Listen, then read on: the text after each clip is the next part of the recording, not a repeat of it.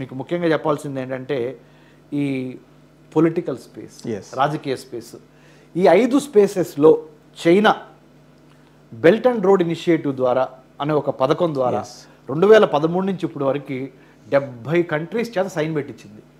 China ఏం చెప్తే మిగతా కంట్రీస్ అవే చేస్తాయి. ఎందుకు? మీ అవసరాన్ని నేను గుర్తెరిగి మీ ఆర్థిక అవసరాన్ని మీకు తీర్చలేనని తప్పిస్తా. చైనా యొక్క పాలసీ ఏంటంటే ఇప్పుడు ప్రస్తుతానికి ఉన్న చైనా పాలసీ నేను క్రిటిసైజ్ చేయట్లా, నేను ఓన్లీ ప్రేక్షకులకు ముందలకి చైనా ఏం చేస్తుందో చెప్తున్నాను. చైనా చేసేది రైటా తప్ప అనేది మీరు వాళ్ళు మీరు అంటే చూసేవాళ్ళు, ఎందుకంటే ప్రజలకు కూడా చాలా అమోఘమైన పర్సెప్షన్స్ ఉన్నాయి.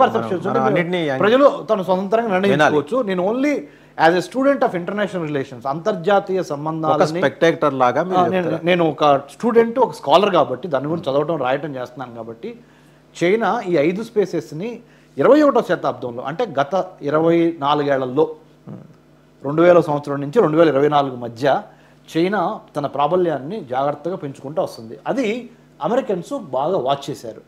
వాచ్ చేసి కరోనా అనేది ఒక కెమికల్ బయోలాజికల్ వార్ అయితే, బయోలాజికల్ వార్ అయితే కరోనా ద్వారా అమెరికా కుంగిపోయింది. అమెరికా విలవల్లాడిపోయింది కరోనా దెబ్బకి. మళ్ళీ ఆర్థికంగా నిలబడాలి అంటే మళ్ళీ ట్రంపే రావాలి అనేది కూడా ఈ రెడ్ స్టేట్స్ అంటే ఈ ఎలక్షన్ మనకి ఏం చెప్తుంది అంటే ప్రజల నాడి అమెరికా ప్రజలు మనం లోకల్ పాలిటిక్స్ కన్వించుకుంటే జగన్మోహన్ రెడ్డి గారి దెబ్బకి ఆంధ్రప్రదేశ్ బాగా ఎలా విలవిల్లాడిందో మళ్ళీ చంద్రబాబు వస్తే కానీ నమ్మకం వచ్చి జనం ఎలా ప్రభుత్వానికి ఓటేశారు. ట్రంప్ మీద కూడా అటువంటిదే వచ్చింది తప్పనిసరిగా. అది కూడా మనం అట్లా కంపారిజన్ చేయొచ్చు. ముఖ్యంగా నేను చెప్పొచ్చేది ఏంటంటే ఈ 5 స్పేసెస్ చైనా వాడు ఆక్యుపై చేశాడు కాబట్టి చైనా యొక్క కబంధ హస్తాల నుంచి అమెరికా మాత్రమే వాటితో పోటీ చేయగలదు. కాబట్టి అమెరికా ఏం చేసిందంటే ఈ manufacturing space, service sector space, maritime space, cyber space, political space. But ఇన్ని చేస్తోంది అమెరికా. ఇనుప కచ్చడాల వెనక చైనాలో జరుగుతున్న వాస్తవాలను ఎందుకని బయట పెట్టలేకపోతోంది? నిజంగా తీవ్రమైన ఆర్థిక మాంద్యంలో కూరుకుపోయిన చైనాలో జరుగుతున్న నిజాలేంటి? అవి ప్రపంచానికి ఎప్పటికీ వెల్లడి కాకుండా చైనా కట్టడి చేస్తున్న విధానాన్ని యుఎస్ ఎందుకు బ్రేక్ చేయలేకపోతుంది? రైట్. యుఎస్ దగ్గర ప్రతి ఇంటెలిజెన్స్ రిపోర్ట్ ఉంది వాసుదేవన్ గారు. వాళ్ళ అవసరం ఎప్పుడైతే ఉంటుందో అప్పుడు తప్పనిసరిగా వాళ్ళు బ్రేక్ చేస్తూ ఉంటారు.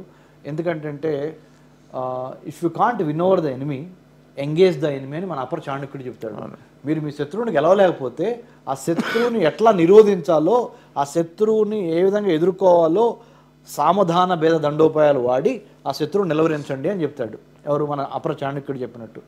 మ్యాకివెల్లి అని ఇటాలియన్ ప్రిన్స్ రాసిన మ్యాకివెల్లి, ఇటాలియన్ తత్వవేత్త, ఆయన కూడా అంటాడు ఏమనంటే if you cannot win over the enemy engage the enemy. అలానే ఇప్పుడు అమెరికాకి చైనాకి మధ్య జరుగుతుంది అదే. ఒకళ్ళ మీద ఒకళ్ళు మంచి ఆధిపత్య పోరు జరుగుతుంది. $1 ట్రిలియన్, అమెరికా $25+ ట్రిలియన్ ఉంటే చైనా $16 ట్రిలియన్, $17 ట్రిలియన్ ఉంటే భారత్ మనం ఎంత $3 to 4 ట్రిలియన్ మధ్య ఉన్నాం కదా ఇంకా. సో చాలా తేడా ఉంది మనకి భారత్కి, అమెరికాకి, చైనాకి. మనం చూసుకున్నప్పుడు ఆదాయం కానీ జీడిపి అన్నీ చూసుకున్నప్పుడు పవర్ పర్చేసింగ్ ప్యారిటీ PPP అంటారు. అంటే మీకు యుఎస్ సిస్టమ్ కానీ ఇండియన్ సిస్టమ్ కానీ చూస్తే ట్రాన్స్పరెన్సీ ఉంది. చైనా సిస్టంలో ట్రాన్స్పరెన్సీ లేదు కదా. చైనాలో ఏం జరుగుతున్నది అనేది నరమానవుడికి కూడా తెలియదు.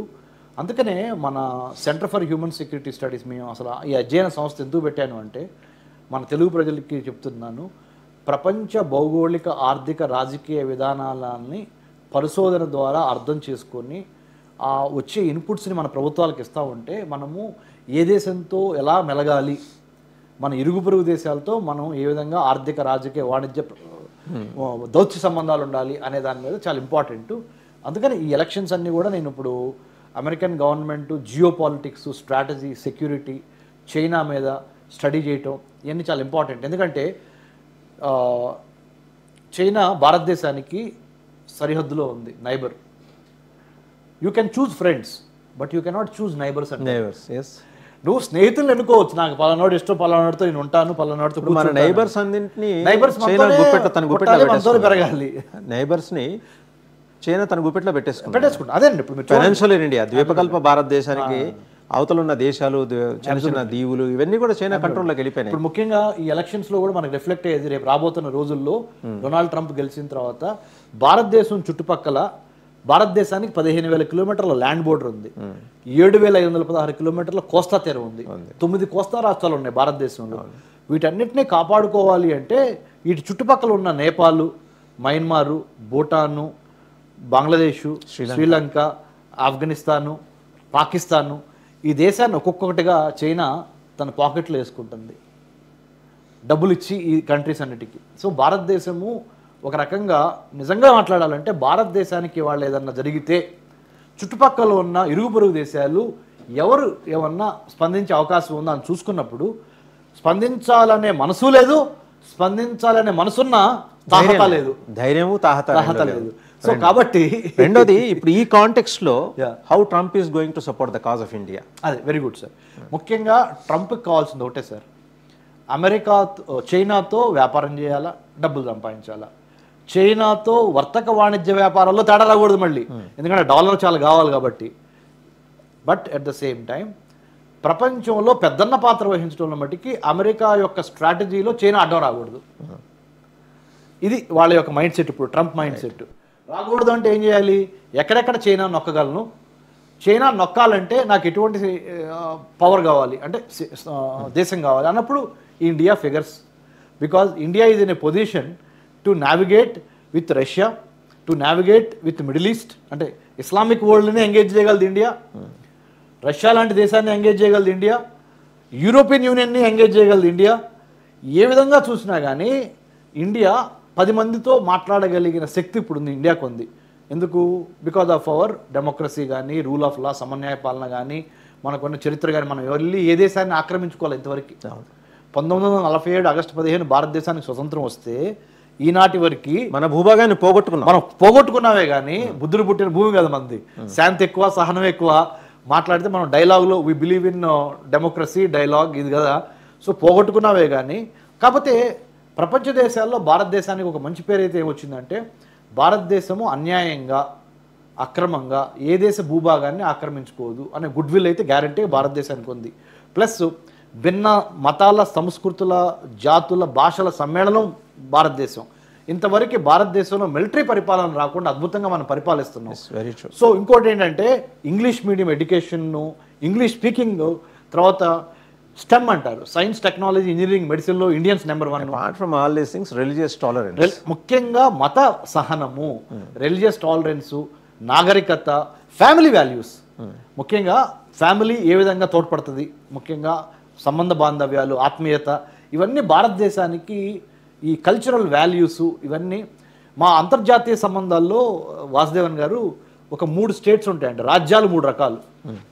ఒకటేమో మజిల్ పవరు, ఎకనామిక్ పవర్ ఉన్న రాజ్యం, దాన్ని ఏమంటారు అంటే చెప్పాలంటే స్మార్ట్ పవర్గా భారతదేశం ఎదగబోతుంది. హార్డ్ పవర్ ఇది. ఇదేమో సాఫ్ట్ పవర్. సాఫ్ట్ పవర్ అంటే ఏంటంటే మ్యూజిక్, యోగా, సాహిత్యము, కళలు, సంస్కృతి ద్వారా ప్రపంచాన్ని ఆకర్షించే దేశాన్ని సాఫ్ట్ పవర్ దేశం అంటారు. మొన్నటి వరకు భారతదేశానికి సాఫ్ట్ పవర్ అనే పేరు ఉంది. అంటే యోగా, మ్యూజిక్, సంస్కృతి, సాహిత్యము, విలువలు. ఇప్పుడు ఏమవుతుందంటే భారతదేశము ఈ hard power, soft power combination smart పవర్గా బయటకు వస్తుంది. అంటే మేధస్సు ఉంటుంది.